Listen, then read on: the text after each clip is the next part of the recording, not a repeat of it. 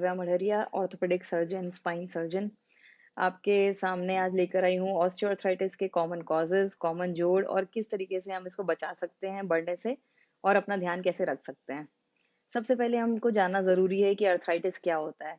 Arthritis को हम आसान भाषा में 2 शब्दों में डिवाइड कर सकते हैं। आर्थ means joint, itis means inflammation. इसका मतलब है जोड़ों का इन्फ्लेमेशन, जोड़ों में सूजन, जोड़ों में घाव, जोड़ों में इन्फेक्शन, जोड़ों में लचीलापन कम होना, इसी को इन्फ्लेमेशन कहते हैं। जैसे कि कॉमन टाइप्स ऑफ अर्थराइटिस हम लोग ओपीडी में सबसे कॉमनली अर्थराइटिस ही देखते हैं। सबसे कॉमन अर्थराइटिस है हमारा नी जॉइंट का अर्थराइटिस, शोल्डर का अर्थराइटिस, हिप जॉइंट का और स्पाइन का अर्थराइटिस। जैसे कि अर्थराइटिस के 4-5 प्रकार हैं। सबसे कॉमन प्रकार है डीजनरेशन और डीजनरेटिव अर्थराइटिस। डीजनरेशन के कारण जो होता है, डीजनरेशन मतलब उम्र के बढ़ने के कारण, उम्र के लची के साथ जो लचीलापन घुटनों में कम हो जाता है, उसको हम डीजनरेटिव अर्थराइटिस बोलते हैं। दूसरी चीज़ आ जाती है हमारे सामने रूमेटॉइड अर्थराइटिस, जिसका कारण जेनेटिक होता है। तीसरी चीज़ एंकलाइजिंग स्पॉन्डिलाइटिस, ये भी जेनेटिक होता है। रूमेटॉइड को और कॉमन भाषा में हमारी ओपीडी में हम लोग गठियावात के नाम से जानते हैं। एक चौथे प्रकार का अर्थराइटिस है जो कभी जोड़ों में इन्फेक्शन होने से, इन्फ्लेमेशन होने से या फिर कभी उसमें सुपरेटिव अर्थराइटिस हुआ हो उसके कारण से होता है। सिंस हमारा सबसे कॉमन जॉइंट है नी जॉइंट अर्थराइटिस से जो सफर करता है, हम सबसे पहले नी के बारे में बात करेंगे।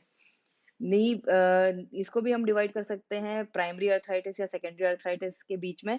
प्राइमरी अर्थराइटिस का मतलब होता है जो एजिंग के कारण हो रहा है, जो उम्र बढ़ने के कारण हो रहा है, जो डीजनरेशन के कारण हो रहा है।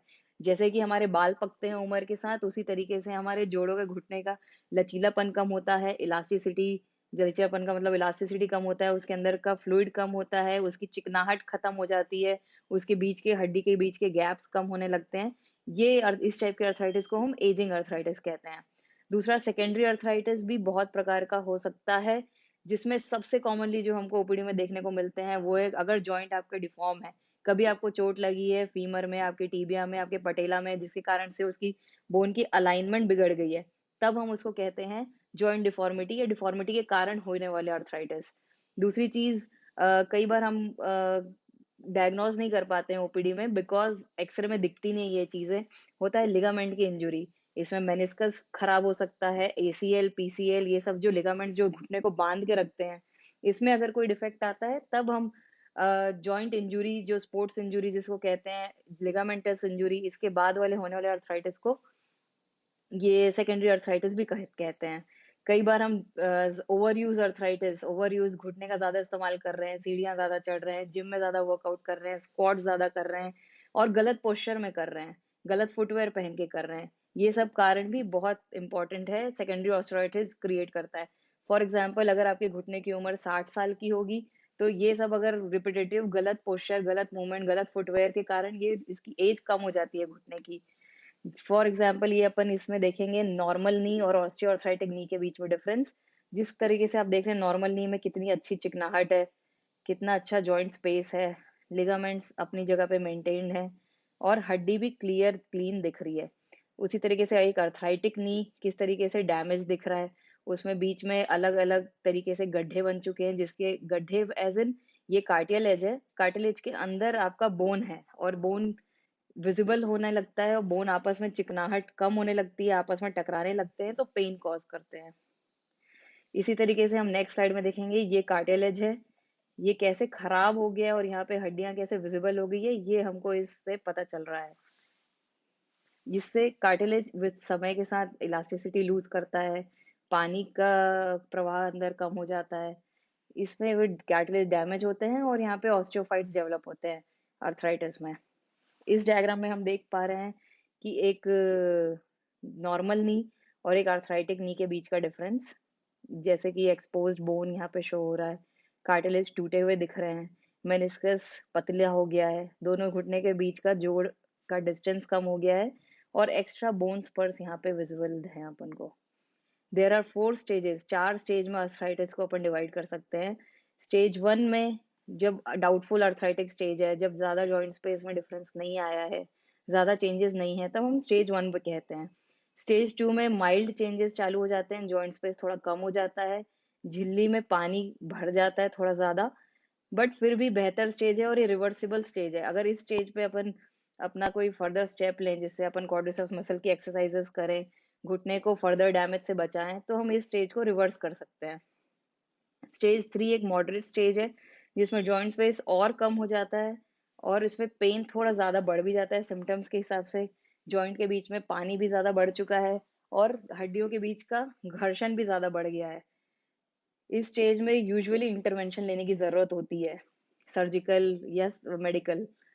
स्टेज 4 तो जब एक्सट्रीम स्टेज है, जब दोनों जॉइंट के बीच का बिल्कुल डिस्टेंस खत्म हो चुका है, दोनों जॉइंट के बीच की लिगामेंट, मेनिस्कस सब खराब हो चुकी है और ये पटेला बोन भी हड्डी से टकरा रहा है, बीच में पानी ज़्यादा भर गया है, हड्डियाँ इधर की ज़्यादा ग्रो हो गई है।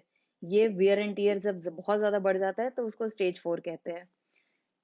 ये एक और डायग्राम है सिमिलर स्टेज 4 अर्थराइटिस को दिखाने के लिए। जैसे दोनों बीच की गद्दी तो गायब हो ही चुकी है, यहाँ के दोनों के बीच के बेयर स्पेसेस भी दिख रहे हैं। सिमिलरली सेम चीजें होंगी अगर हिप जॉइंट में, तो वो ये डायग्राम आपको शो कर रहा है। दोनों के बीच का जॉइंट का स्पेस खत्म हो गया है, हड्डियों के बीच की ये चिकनाहट खराब हो गई है, कार्टिलेज भी खराब सा हो गया है। सेकेंडरी ये एक्स्ट्रा बोन यहाँ पे ग्रो करने लगते हैं, जो हिप के मूवमेंट को भी कम कर देते हैं। हिप की मूवमेंट को कम करना मतलब पैर को फैलाना कम हो जाता है, पैर के बीच के हर मूवमेंट पे अपन को पेन महसूस होता है। तो इन सब पॉइंट से हमको समझ आया है कि एक एक लौता एक कोई कारण नहीं है अर्थराइटिस क्रिएट करने का, बहुत सारे रिस्क फैक्टर्स हैं, जिसमें सबसे इम्पोर्टेंट तो उम्र है, एज है। बढ़ती उम्र के साथ हमारा जोड़ खराब होगा ही, उसकी इलास्टिसिटी कम होगी ही। हमको सिर्फ उसका ख्याल रखना है, एक नॉर्मल टाइम, एक नॉर्मल अच्छी उम्र से ही एक्सरसाइज करना है, मसल स्ट्रॉन्ग करना है। दूसरा, ओबेसिटी बहुत कॉमन रीजन है। ओबेसिटी मतलब वजन का ज्यादा होना। वजन ज्यादा होगा, घुटनों में दोनों घुटनों में वेट ज्यादा आएगा, घुटनों में मीडियल की तरफ मतलब अंदर की तरफ वजन ज्यादा आता है मैकेनिकल एक्सिस के हिसाब से, तो अंदर की तरफ के जोड़ जल्दी खराब होने लगते हैं। दूसरा, कभी चोट लगना, कभी ज्यादा काम करते रहना, जेनेटिक एंड हेरिडिटी जिसके कारण इलास्टिसिटी कम होती है, अंदर का पानी कम होता है। मसल का कमजोर होना, मसल वीक होना, मतलब क्वाड्रिसेप्स हमारी सबसे कॉमन मसल है, जो घुटने के लिए सबसे ज्यादा काम करती है, घुटने को सबसे अच्छा रखने के में सबसे ज्यादा मदद करती है, वो है क्वाड्रिसेप्स मसल। अदर डिजीजेस, कई तरीके की और बीमारी होती है, रूमेटॉइड जैसे कि हमने डिस्कस किया है, rheumatoid arthritis, gout arthritis. Rheumatoid का मतलब होता है क्रिस्टल फॉर्मेशन हो जाते हैं जॉइंट के अंदर, एक रूमेटॉइड क्रिस्टल्स हो जाते हैं जॉइंट में जमा होते हैं, वो घुटने को और जल्दी खराब करते हैं। इसकी दवाइयाँ लेना हमेशा जरूरी होता है, ये सेल्फ लिमिटिंग नहीं होता है, इसकी दवाई लेके ही हमें इसे कम करना पड़ता है। लॉन्ग टर्म कॉम्प्लिकेशन जो अर्थराइटिस के हो सकते हैं, वो है Boeing of leg. Boeing of leg मतलब आप देख रहे हैं कैसे पैर अंदर की तरफ मुड़ रहा है। जब भी हम एक मैकेनिकल एक्सेस ड्रॉ करेंगे, तो यहाँ ऊपर से एक लाइन जब नीचे लाते हैं, तो ये लाइन हमेशा मीडियल जॉइंट लाइन के थ्रू आता है। इसलिए सबसे कॉमन है अंदर की तरफ का जोड़ खराब होना। पहले हमेशा अंदर का जोड़ खराब होगा, उसके कारण हमको ऐसा एंगल दिखता है जोड़ों में। दूसरा, स्पाइन में भी अर्थराइटिस होता है, जिसके कारण ये एक्स्ट्रा डीजनरेशन अर्थराइटिस दिख रहा है। थर्ड थिंग, अब अपन इसको बचा कैसे सकते हैं, मैनेजमेंट क्या है। सबसे कॉमन मैनेजमेंट जो हम पहले ही, अगर कोई ओबीज है, उनको बताते हैं कि आप पहले वेट रिड्यूस करिए, कुछ मेथड करिए जिससे आपका वजन थोड़ा कम हो, ताकि लोड कम पड़े जोड़ों में। दूसरी चीज, अगर आपका वजन कम हो रहा है, तो हम स्प्लिंट भी दे सकते हैं, लेकिन स्प्लिंट को परमानेंट नहीं पहनना है, स्प्लिंट को हमेशा टेम्पररी यूज करना है, तभी जब आपको सिम्टम्स ज्यादा है। जैसे कि अगर आप वॉक पे जा रहे हैं, रनिंग पे जा रहे हैं, तो हल्के सपोर्ट के लिए पहन सकते हैं।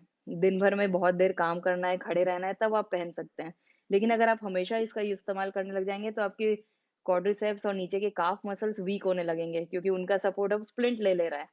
तीसरी चीज, ऑक्यूपेशनल और फिजिकल थेरेपी, मतलब एक्सरसाइजेज और active active and passive exercises से कैसे हम घुटने की मसल्स को स्ट्रॉन्ग कर सकते हैं, ये जानना, आपके फिजियोथेरेपिस्ट से जानना, आपके ऑर्थोपेडिस्ट से जानना बहुत जरूरी है आपको। उन अगर आपको बताया नहीं गया है, तो आप उनसे पूछ सकते हैं। चौथा, फार्माकोलॉजिकल मैनेजमेंट, मेडिकल मैनेजमेंट, मतलब कि हम आपको दवाइयों से कुछ ठीक कर सकते हैं, जिसमें है जोड़ों में हाइड्रोनिक एसिड की कमी होती है तो वो देने की ज़रूरत है, या रूमेटॉइड अर्थराइटिस है तो उसकी मेडिसिन्स चालू करना, या गाउट है तो उसकी मेडिसिन्स चालू करना। कभी भी ये मेडिसिन्स अपने से आप मत लीजिए ओवर द काउंटर, हमेशा कंसल्ट करके लीजिए। एक और ट्रीटमेंट आजकल आ गई है इसका, जिसमें अपन को जोड़ों में इंजेक्शन लगाते हैं। जो वो भी आप अपने डॉक्टर आपको बताएँगे सही टाइम कौन-सा है, कौन से स्टेज में आपको इंजेक्शन लगाने से लाभ ज़्यादा मिलेगा और कौन से स्टेज में इंजेक्शन कोई काम का नहीं रहेगा।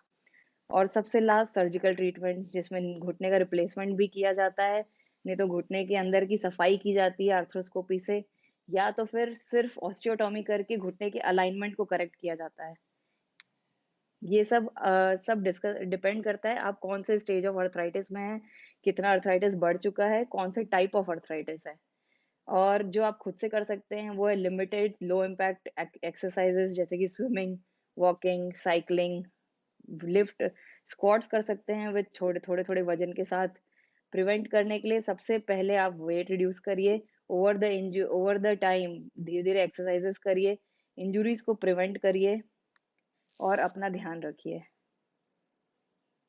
धन्यवाद।